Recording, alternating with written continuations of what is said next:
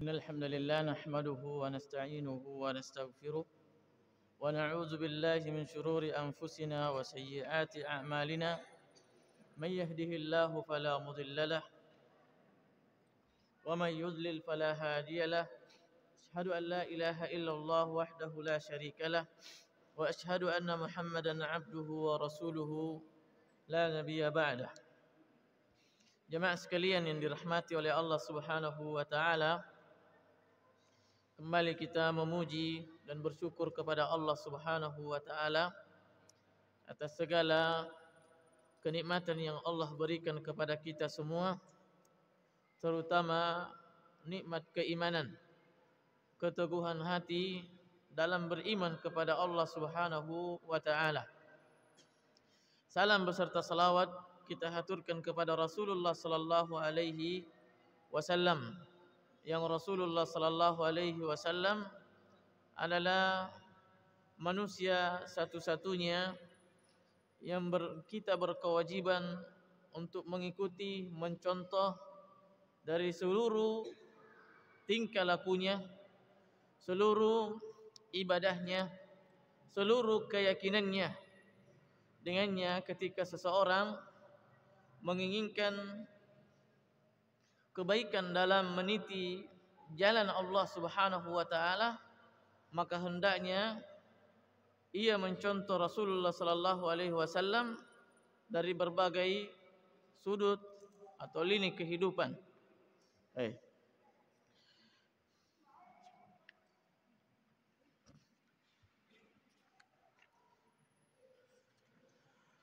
Hadis yang ke-37. Nah, hadis dari Hakim Ibnu Hizam radhiyallahu taala anhu, ia berkata, Rasulullah sallallahu alaihi wasallam bersabda, "Al-bay'ani bil khiyar ma lam yatafarraqa, fa in sadaqa wa bayyana burika lahumā fi bay'ihima, wa in kadzaba wa katama muhikat barakatu bay'ihima." Rasulullah SAW bersabda, al-bay'ani bil khiyar, penjual dengan pembeli bil khiyar, diberikan kesempatan untuk memilah-milih, entah mau melanjutkan barangnya mau dijual, atau yang pembeli mau melangsungkan juga membeli barang si penjualnya. Yang jelas dia diberikan kesempatan untuk memilah-milih barang yang akan dijual atau barang yang akan dia beli. Malam yatafarraqa, selama dia belum berpisah. Ya, berpisah di sini sebagian ulama mengatakan bahwa berpisah secara badan. Berpisah secara badan. Kalau sudah berbalik, berarti sudah jatuh, tidak ada lagi pilihan. Kalau sudah berbalik, berarti sudah tidak ada lagi pilihan. Kecuali ada kecualinya nanti disebutkan.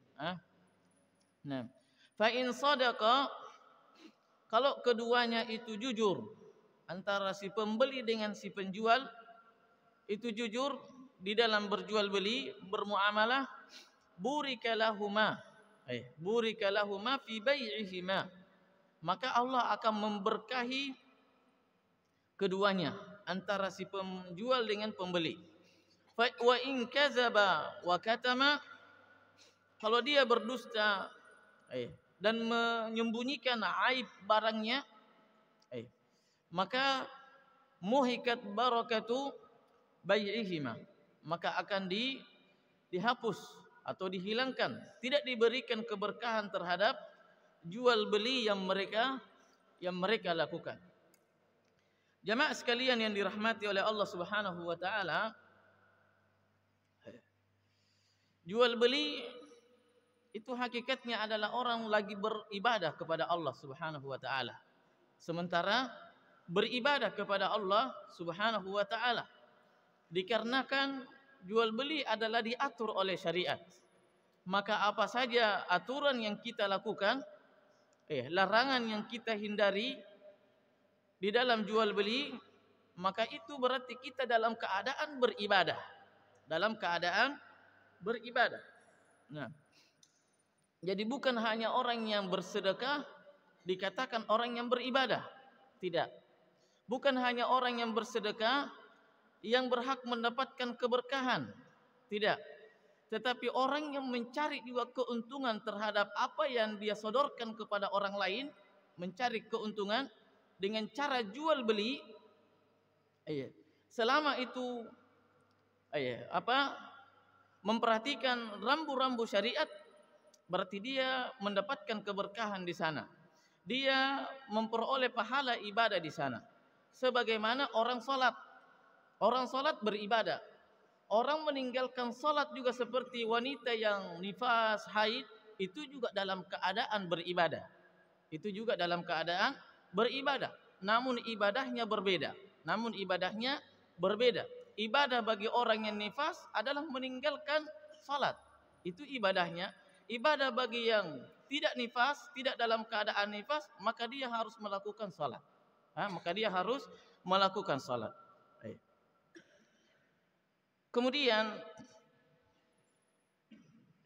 hadis ini juga di dalamnya kita akan dapati nikmat Allah Subhanahu wa taala.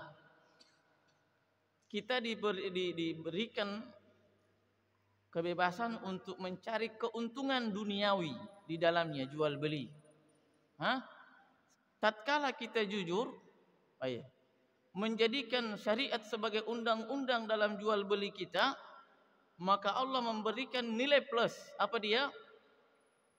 Keberkahan. Apa dia? Keberkahan. Keberkahan bagi si penjual dengan mendapatkan harga dari barangnya. Keberkahan bagi si pembeli dengan diberikan keberkahan pada barang yang dia sudah beli. Apa itu keberkahan? Keberkahan adalah al-khairul katsir. Adalah kebaikan yang banyak. Ya, ketika Allah Subhanahu wa taala memberikan keberkahan pada uang 100.000, maka uang 100.000 itu akan bisa digunakan oleh sekian orang. Dimanfaatkan oleh sekian orang, dan dia akan kekal dan diperoleh oleh orangnya yang punya uang 100.000 itu di hari kemudian. Tetapi ketika Allah tidak memberikan keberkahan, walaupun kita memiliki uang 1 miliar, maka uang tersebut tidak bisa dirasakan orang lain. Kalaupun dirasakan, maka dia dirasakan dalam maksiat. Di dalam maksiat. Dan tidak bisa dirasakan dalam kebaikan. Banyakkan orang kaya, tapi uangnya hanya dirasakan dirinya saja, dirasakan keluarganya saja. Dirasakan oleh keluarganya saja. Itu baik. Tapi kebaikannya kurang. Menunjukkan bahwa keberkahannya juga kurang. Nah, demikian juga orang yang membeli harta barang. Maka ketika diberkahi, maka akan mendatangkan manfaat yang lebih banyak. Betapa banyak orang yang memiliki harta yang sedikit, tetapi bisa dinikmati oleh orang banyak. Bukan hanya dirinya, bahkan tetangganya, sekampungnya, tetangga kampungnya, tetangga banyak. Itu orang yang diberkahi hartanya.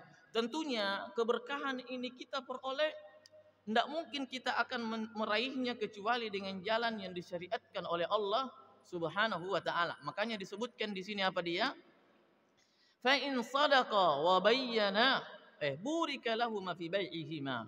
Apabila keduanya antara penjual dengan pembeli jujur, satu, kemudian wabayyana dan menjelaskan aibnya kalau memang ada aibnya, aib barangnya, burika lahum fi bai'ihima.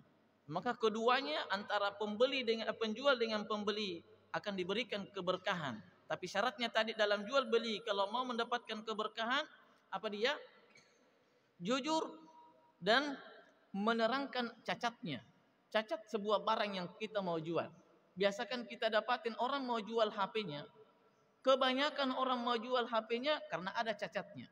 Dan tidak ada yang mengetahuinya kecuali si penggunanya. Ya, mungkin diberikan, silakan dicek HP-nya, insya Allah masih bagus. Masih bagus dia bilangnya, dicek juga sama orangnya. Padahal orangnya ini tidak tahu masalah tentang HP. maka berarti di situ hilang faktor yang mendatangkan keberkahannya. Apa dia? Katama. Kitmanul aib. Menyembunyikan apa? Aib. Ini kalau barangnya halal yang dijual. Ini kalau barangnya halal dijual, halal, mubah, maka disyaratkan apa dia? Dua. Jujur dengan apa dia? Dengan transparan, ya, dengan transparan. Nah, makanya sekedar memperoleh keberuntungan, ya, keuntungan dari hasil keringat itu belum tentu halal. Itu belum tentu halal. Ya, mungkin dia adalah sesuatu yang memang kita miliki, tapi kepemilikan kita tidak sempurna, tidak 100%. Tidak 100%. Maka ini juga tidak boleh tidak boleh dijual. Ya, tidak boleh dijual walaupun kita jujur, walaupun kita tidak menyembunyikan, transparan dalam menjual. Tetapi barangnya halal, cuma kepemilikannya tidak sempurna. Maka ini juga syariatnya tidak boleh kita menjual barang tersebut tanpa izin dari pihak kedua, dari orang yang punya syarikat dengan kita dengannya. Nah, ya, apalagi kalau haram. Kalau haram, maka lebih-lebih lagi, walaupun dia penuhi semua tadi, jujur dan transparan, maka tetap saja Allah tidak memberikan keberkahan pada keduanya. Nah, wa in kadzaba wa katama. Kalau dia berdusta dan menyembunyikan, tidak transparan pada barangnya, tidak dia jelaskan aibnya, maka muhikat barakatuhuma, maka Allah akan hapus. Muhikat artinya apalah? Diambil sedikit demi sedikit keberkahannya. Itu arti muhikat. Yamhaqullahu riba wa yurbis sadaqat. Apa artinya yamhaqu? Allah akan mencabut keberkahannya sedikit demi sedikit, hingga orang tersebut tidak merasakan bahwa harta yang dia miliki itu hilang keberkahannya. Yang kemudian dengan cara Allah Subhanahu wa taala tadi, dengan kalimat mahaqa, secara tidak langsung cara mengambilnya keberkahan tersebut, cara membinasakan harta yang haram itu, banyak orang yang lalai dengan hal tersebut. Dia mengira bahwa banyaknya keuntungan itu adalah ciri keberkahan. Keberkahan. Makanya orang yang melakukan riba sulit untuk dia tinggalkan. Atau orang yang meraih keuntungan dengan cara yang haram, sulit untuk dia tinggalkan. Kenapa? Karena dia lihat materinya, dia lihat keuntungannya banyaknya, dia tidak melihat caranya untuk memperoleh keuntungan tersebut. Keberkahan itu diraih dengan cara yang tepat, dengan barang yang halal dan mubah, bukan dengan keuntungan dan dengan cara yang tidak disyariatkan oleh Allah Subhanahu wa taala. Nah, wa in kadzaba wa katama, ketahuilah bahwa para ulama, sebagian ulama menyebutkan seandainya dusta itu adalah sesuatu yang mubah, maka manusia akan jijik. Orang yang punya keimanan dalam dirinya pasti akan jijik dengan apa? Dengan kalimat dusta itu. Kalimat dusta itu. Kenapa? Karena tidaklah yang lahir dari kedustaan kecuali dusta berikutnya. Tidaklah perbuatan yang lahir hasil dari kedustaan kecuali kedustaan berikutnya. Maka dusta itu membuat orang terjatuh semakin jauh dari Allah Subhanahu wa taala. Perhatikan saja ketika seorang pencuri berdusta. Siapa saksi? Di mana kamu ambil? Bukan saya. Siapa saksinya? Fulan. Disebutkan semua padahal tidak ada. Intinya bahwa dia mau menyelamatkan dirinya dengan cara dusta. dengan cara yang tidak diridhoi oleh Allah Subhanahu wa taala. Sebagaimana kita pernah sebutkan ikhwan, bahwa orang sakit dengan cara yang halal pengobatannya juga akan sembuh. Insya Allah dia sembuh. Dengan cara yang haram juga insya Allah dia sembuh. Dua-duanya kesembuhan itu bisa diraih dengan cara yang halal dan bisa diraih dengan cara yang haram. Tetapi hasilnya apa dia? Hasilnya kesehatannya tidak diberkahi. Kemudian proses penyembuhannya apa jadinya? Tidak diridhoi oleh Allah Subhanahu wa taala. Maka kita akan menjadi orang yang sehat tapi dimurkai oleh Allah Subhanahu wa taala. Demikian juga dalam mencari keuntungan duniawi. Dengan cara yang haram kita bisa kaya, dengan cara yang halal juga kita bisa kaya. Tetapi prosesnya adalah sesuatu yang tidak diridhai Allah dan hasilnya juga tidak diberkahi oleh Allah Subhanahu wa taala. Maka harta kita, diri kita, perbuatan kita, pakaian kita semuanya akan merembes ke sana, dengannya tidak diberkahi oleh Allah Subhanahu wa taala. Nah, dan kata beliau, hadis ini adalah aslun fi bayanil muamalatin nafi'ah. Ini adalah dasar, hadis ini adalah dasar dalam menjelaskan penjelasan tentang muamalah yang bermanfaat. Bermuamalah jual beli, bukan hanya jual beli, mungkin sewa menyewa. Maka ini adalah dasarnya. Apa dia? Harus jujur dan transparan. Harus jujur dan transparan. Tidak boleh berdusta dan menyembunyikan aib. Tidak boleh berdusta dan menyembunyikan aib. Terkadang orang juga jujur bahwa harta saya barang yang dia jual 100.000. 100.000. Namun tatkala ditanya berapa antum belikan barangnya? Pertama dia memikirkan, kalau saya kasih tahu maka apa jadinya? Dia akan malas untuk beli. Kalau saya tahu berapa modal saya ini. Maka ada usaha di sana untuk menyembunyikan. Maka dia mungkin akan mengatakan sekian. Silakan jujur saja, karena namanya jual beli sebenarnya di sana ada tanda keagungan Allah Subhanahu wa taala dalam hal rezeki. Sekedar dipasang saja barangnya di situ, dipertontonkan sama orang. Siapa yang mengait hati orang untuk datang beli? Allah Subhanahu wa taala. Allah Subhanahu wa taala. Seakan-akan kita tidak punya usaha terhadap barang ini. Beda kalau beli datang orang. Tapi kan banyak orang cara gaya untuk berjual beli, pasang toko, letakkan barangnya.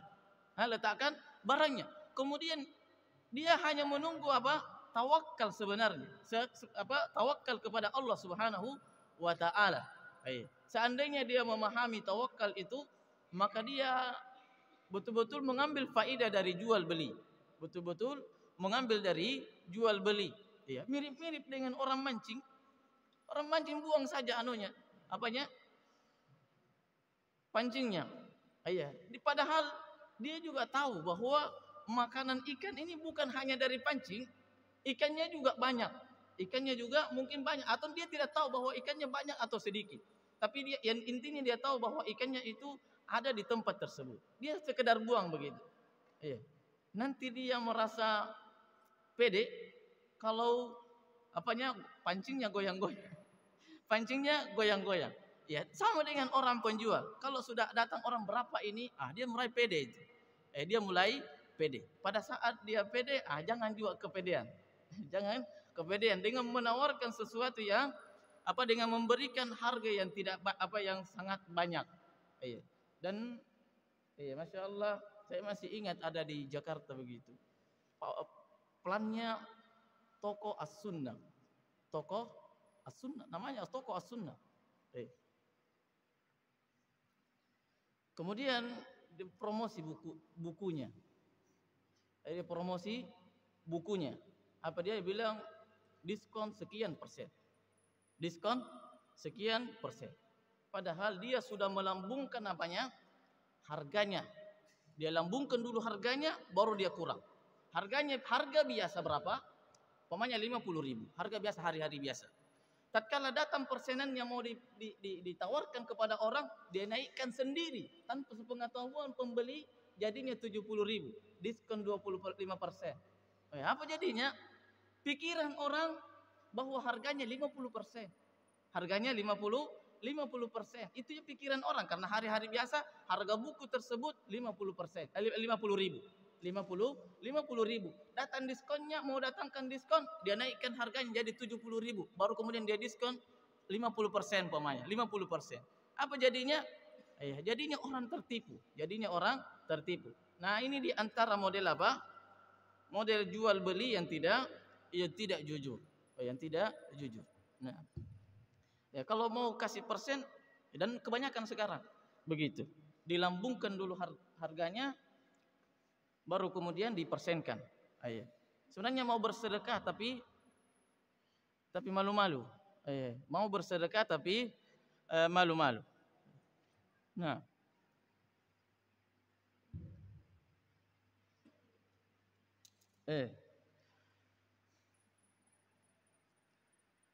muamalatin nafi'ah wal muamalatit dharrah. Hadis ini adalah dasar penjelasan tentang muamalah yang bermanfaat dan muamalah yang mendatangkan mudarat.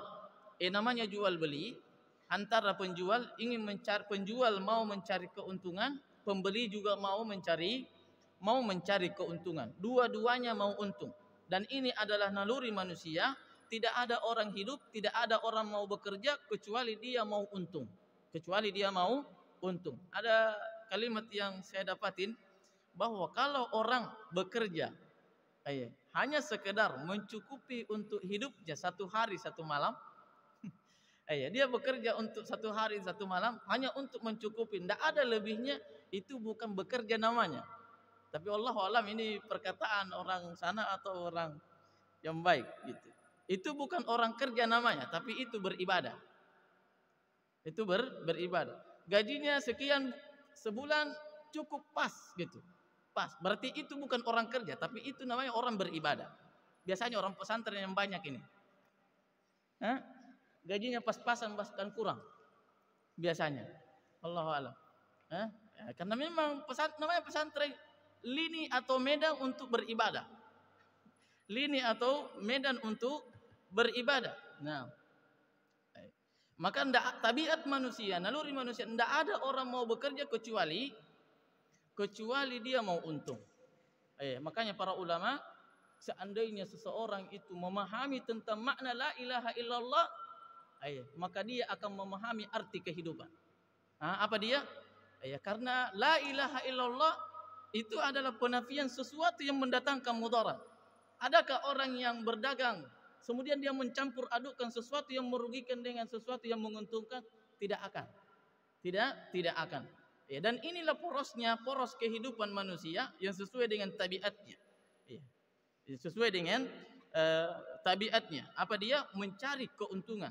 Apapun profesi seseorang, maka intinya dia mencari keuntungan. Mau seorang petani, seorang pedagang, seorang dokter, apa saja. Seorang guru pasti dia mau untung. Kalau orang yang punya pemikirannya Islami, pemikiran yang bagus, maka keuntungan yang dia peroleh 2, keuntungan duniawi dengan keuntungan akhirat. Apabila dia kemungkinan besarnya atau ada kesempatan di mana dia harus rugi, maka dia akan memilih kerugian duniawi dan mendapatkan keuntungan ukhrawinya. Nah, intinya bahwa apa saja kegiatan manusia itu adalah semuanya dalam rangka untuk mencapai keuntungannya. Kalau orang pikirannya dunia, maka dia akan mencapai keinginannya untuk mencapai dunia. Kalau orang pikirannya agamis, maka dia akan mencari apa? Keuntungan ukhrawinya. Nah, demikian juga kata beliau di sini.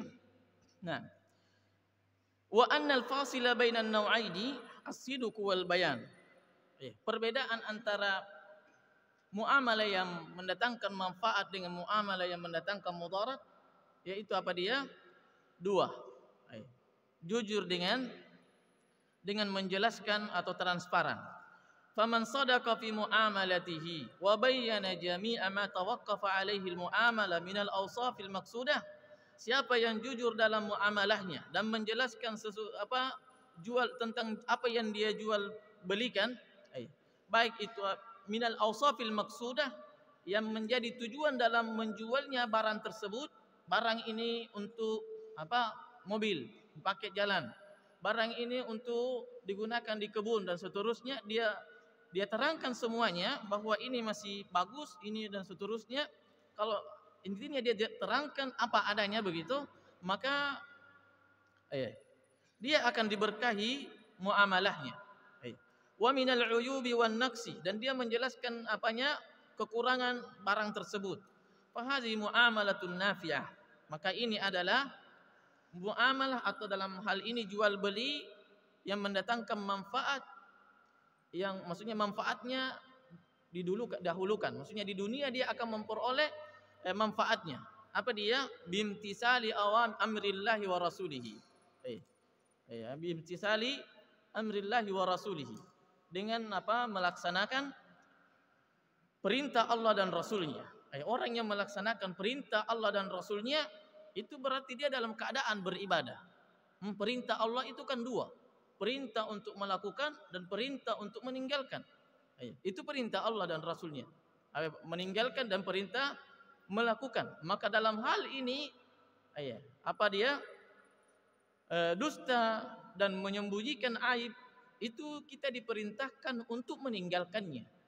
Untuk meninggalkannya. Berarti lagi-lagi tadi saya ulang bahwa hakikat dari orang yang berjualan, berjual atau membeli, itu hakikatnya dia lagi beribadah kepada Allah Subhanahu wa taala.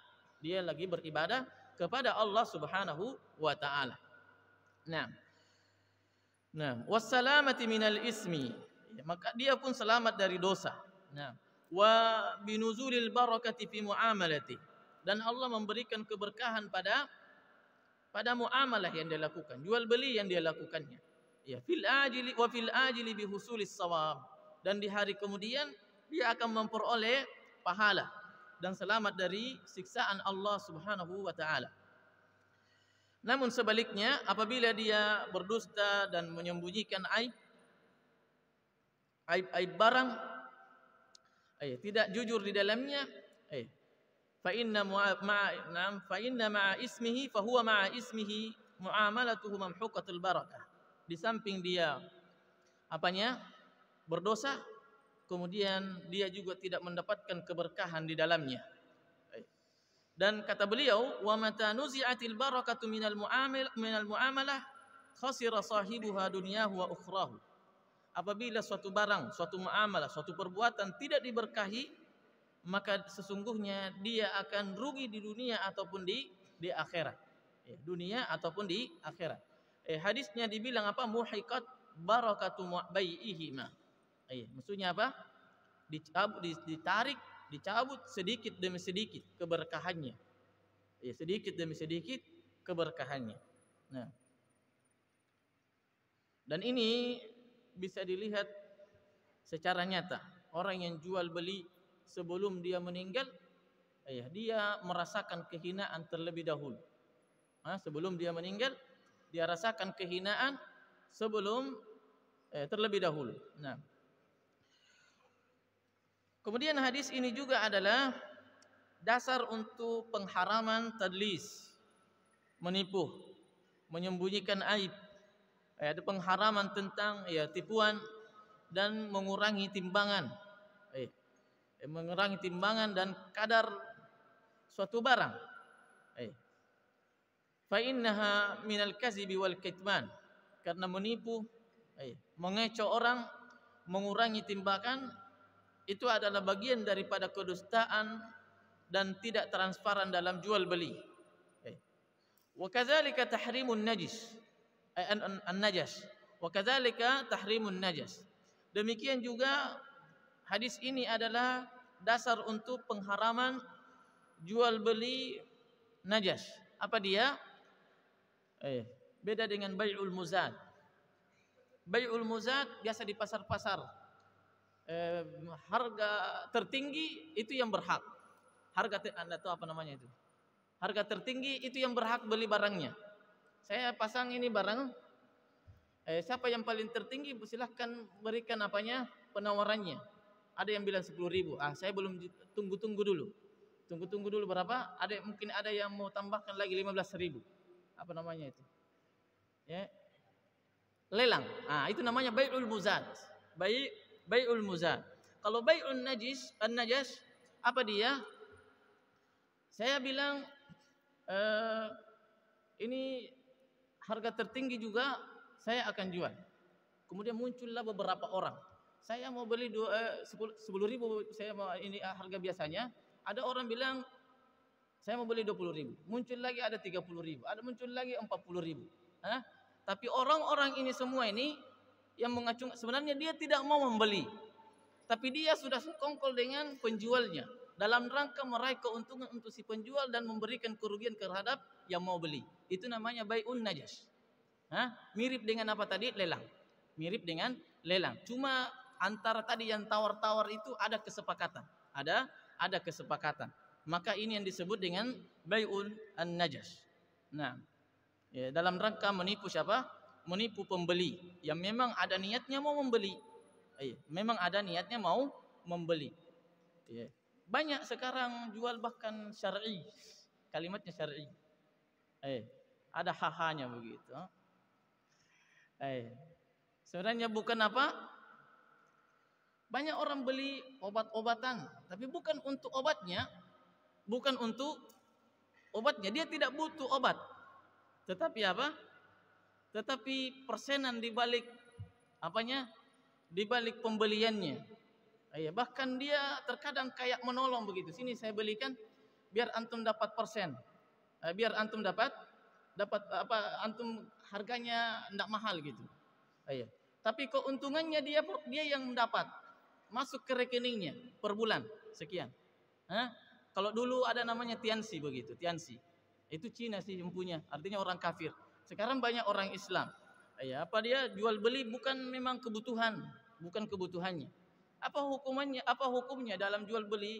Apa membeli sesuatu bukan kepentingan? Maka itu tidak dibolehkan. Itu tidak dibolehkan. Dia akan masuk kepada israf.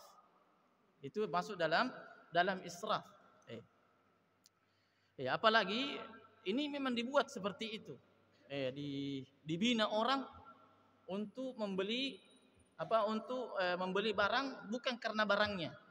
Bukan saya tidak butuh barangnya, tapi saya butuh di baliknya itu keuntungannya.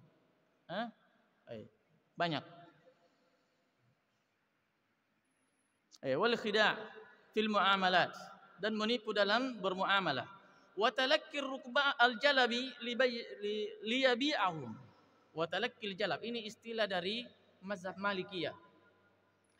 Mazhab Hambali dengan Syafi'i apa dia? Istilah yang digunakan talakkir rukban. Apa itu talakkir rukban atau talakkil jalab?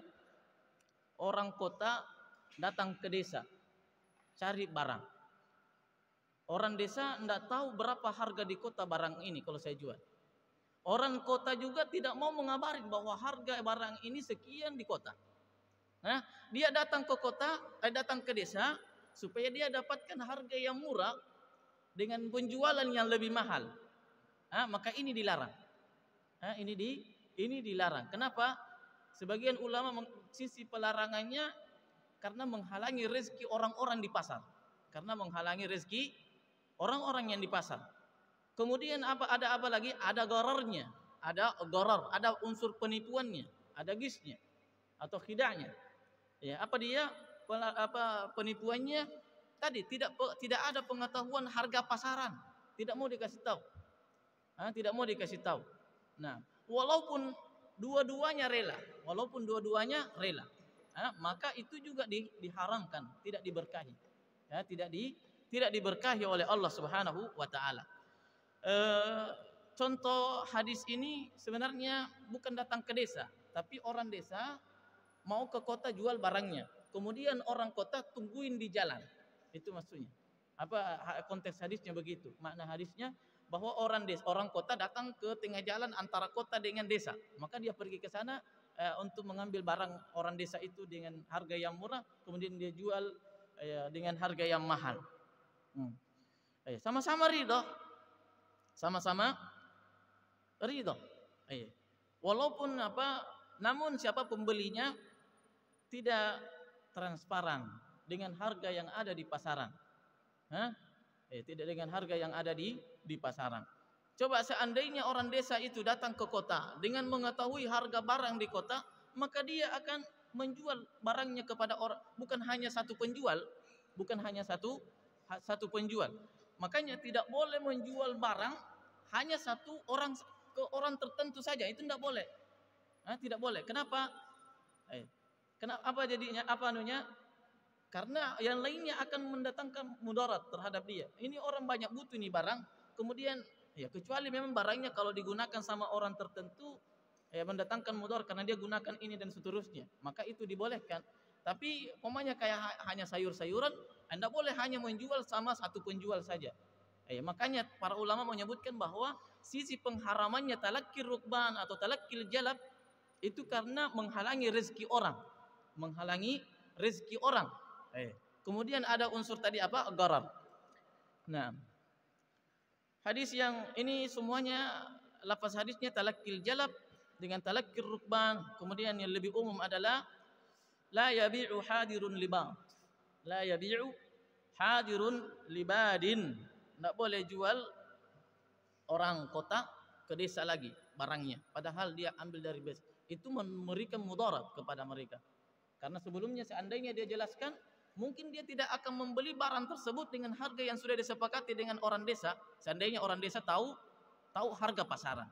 Tapi karena mereka tidak tahu, jadinya seperti itu. Jadinya dia memiliki barang orang. Nah, liyabi'u au yashtari minhum, atau dia membeli darinya. Wa yadkhulu fihi, termasuk dalam hadis ini al-kazibu fi miqdaris saman wal musamman. Berdusta terhadap apa? Takaran harga dan barangnya. Wa fi wasfi al-ma'qud alaihi. Tadi berapa harga yang dibeli? Saya beli mahal sekali. Padahal murah dia belikan. Saya mahal sekali sekarang. Kencang angin. Saya sulit berlayar. Itu dusta. Umpamanya kalau dia katakan dusta, kalau dia jujur berarti jujur. Maka itu adalah dusta. Tidak halal baginya. Tidak halal dia makan. Bukan hanya jual belinya itu jadi fasid. Fasid, rusak. Kalau rusak berarti tidak ada yang pembeli. Kalau yang pembelinya sih mungkin dia iya saja, tapi yang penjual ini tidak berhak dia konsumsi harganya. Itu fasid hasilnya. Tidak ada unsur kepemilikan, tidak bisa ada kepemilikan di sana. Nah, wa fi wasfil ma'qudi alaihi, dan cara wasfi maksudnya barang yang dijual itu tidak terang-terangan gitu. Tidak disebutkan aibnya. Kalau orang jual barang dalam jual kucing dalam kantong, karung. Tidak ditahu intinya begitu. Saya mau jual rumah saya ini. Sekian juta. Dengan isinya, tidak tahu isinya apa. Jangan sampai kapuk saja. Sekian juta. Maka disebutkan semuanya. Isinya sekian, ini harganya begini dan seterusnya, rumahnya sekian harga. Maka dijelaskan. Nah, wa dhabitu zalika,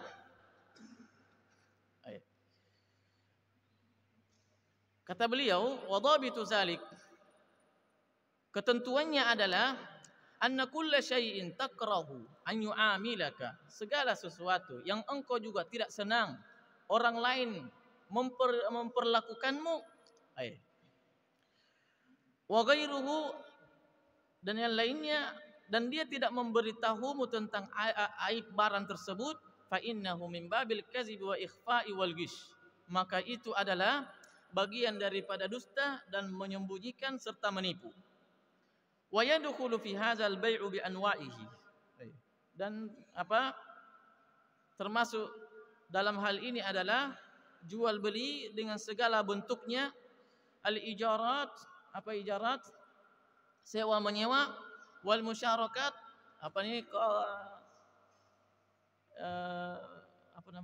musyarakat. Saya punya uang, antum juga punya uang, kita jual sama-sama. Untung bagi untung sama-sama. Musyarakah namanya. istilahnya kompi-kompi begitu, ah. Kompi-kompi. Eh. Eh. Musyarakat wa jami'al muawadat, dan segala tukar menukar. Wa ajaluha wa wasaiquha, dan temponya harus jelas. Harus jelaskan. Wa wasaiquha, dan ketentuannya. Fakulluha yata'ayyanu 'alal abdi fiha as-sidqu wal bayan. Maka semuanya wajib bagi seorang hamba untuk jujur dan menjelaskan kapan waktunya untuk dibayar, menjelaskan barangnya ini aibnya, menjelaskan barangnya ini kualitasnya, semuanya dijelaskan. Wala yahillu lahul kazib wal kitman, dan tidak halal baginya untuk berdusta dan menyembunyikan aibnya. Wa fi hadzal hadis isbatu khiyaril majlis fil bay'. Ini dalam hadis ini ada perintah untuk khiyarul majlis. Apa khiyarul majlis? Pada saat masih dalam keadaan tawar menawar, boleh. Tawar menawar antara mau dijual atau mau membelinya. Tapi kalau sudah berpisah begini, sudah berjalan, maka tidak boleh lagi kembalikan barangnya, sudah bagi dan seterusnya. Kecuali nanti ada khiyarul majlis dengan khiyar syarat, khiyar persyaratan. Apa kalau barangnya sampai di rumah ternyata 3 hari sudah rusak, saya kembalikan ya. Maka itu dibolehkan walaupun sudah berpisah dalam tawar menawar. Tawar menawar. Nah. Wa anna likulli wahidin minal mutabayyi'aini al-khiyaru bainal imda'i wal fasakhi. Maka orang yang jual beli, pembeli dengan penjual, di sana punya pilihan untuk dia langsungkan jualannya atau dia batalkan. Madama fi mahalli at-tabayyu', selama dia masih dalam keadaan situ tawar menawar gitu, tabayyu'. Fa iza tafarraqa sabatal bay' wa wajib. Kalau sudah berpisah, oke, saya balik. Sudah berputar begitu, maka itu tidak boleh lagi. Selama barangnya memang sesuai yang disifatkan, diberikan sudah diterangkan. Nah, subhanakallahumma rabbana wa bihamdik, asyhadu an la ilaha illa anta astaghfiruka wa atubu ilaik. Assalamualaikum warahmatullahi wabarakatuh.